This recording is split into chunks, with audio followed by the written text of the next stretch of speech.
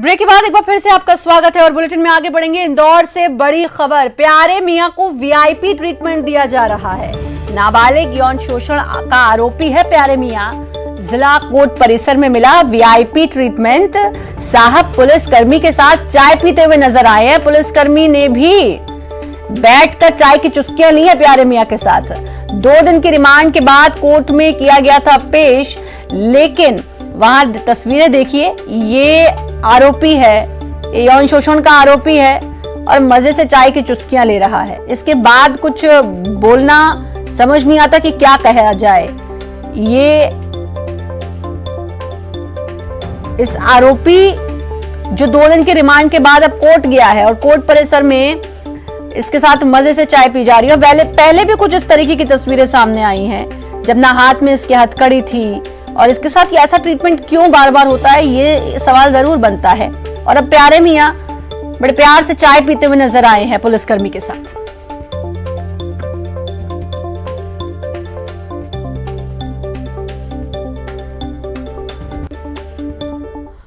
खबर रायपुर से, बिजली कंपनियों को घटाने की कवायद, सरकारी कंपनियों को कम करेगी सरकार। संख्या कम करने के लिए समय सीमा तय, निजी कंपनी को ऑडिटिंग की जिम्मेदारी, प्रस्ताव का विश्लेषण करने की जिम्मेदारी सौंपा।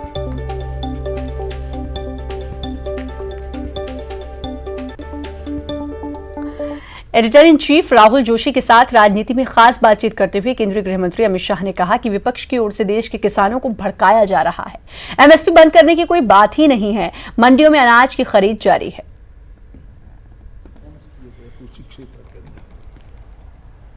मैं आपके माध्यम से देश भर की जनता को और विशेषकर किसान भाइयों को इतना जरूर कहना चाहता हूं कि विपक्ष के द्वारा देश के किसानों को भड़काया जा रहा है। ये कृषि बिल है क्या? आज देश अपनी उपज, अपना जो उत्पादन है पूरा मंडियों में बेचता है, आड़तियों के माध्यम से बेचता है, तो उसको एक ही मंडी का रेट उपलब्ध होता है। अब बिल क्या लाया है कि वो मंडी के बाहर भी बेच सकता है। इसका मतलब ये नहीं कि मंडी बंद हो जाएगी। जहर ये फैलाया जा रहा है कि मंडियां बंद हो जाएगी। मंडी बंद होनी ही नहीं है।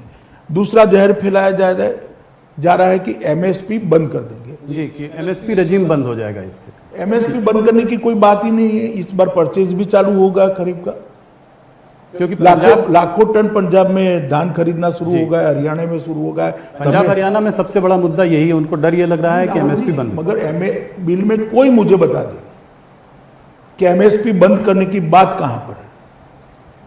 एक किसानों को भड़काने की बात है और इसीलिए आंदोलन उठ नहीं रहा है। देखिए, एमएसपी बंद करी ही नहीं है, ना करने का सवाल है।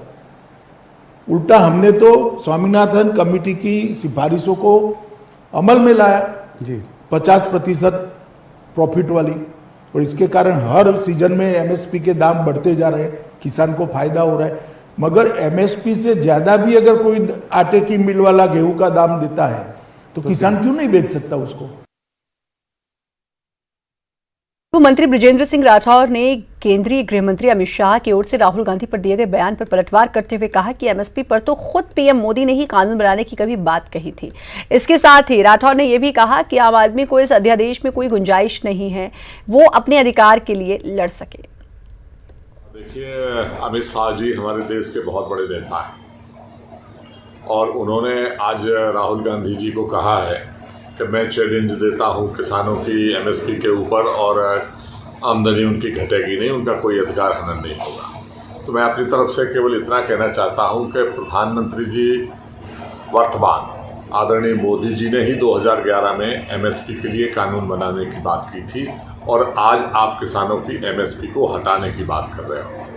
आपने अध्यादेश में किया कि जो भंडारण होते थे, हमारी एफसीआई है और जो सरकारी कंपनियां थी, उनको ख़त्म करने का आपने व्यवस्था कर दी। तो आप मुझे ये बात समझ में नहीं आती, जब हमारे पास भंडारण की व्यवस्था होगी नहीं, किसानों की न्यूनतम रेट की व्यवस्था होगी नहीं, जो किसान के साथ यदि उद्योगपति कहीं गड़बड़ करता है और वो अदालत में जा नहीं सकता, आपने कह दिया कि एसडीएम के पास केवल सुनवाई होगी, तो आप सब लोग, पूरे देश जानता है कि एसडीएम साहब के यहाँ सुनवाई होगी तो सरकार के खिलाफ कितनी वो बात जा पाएगी।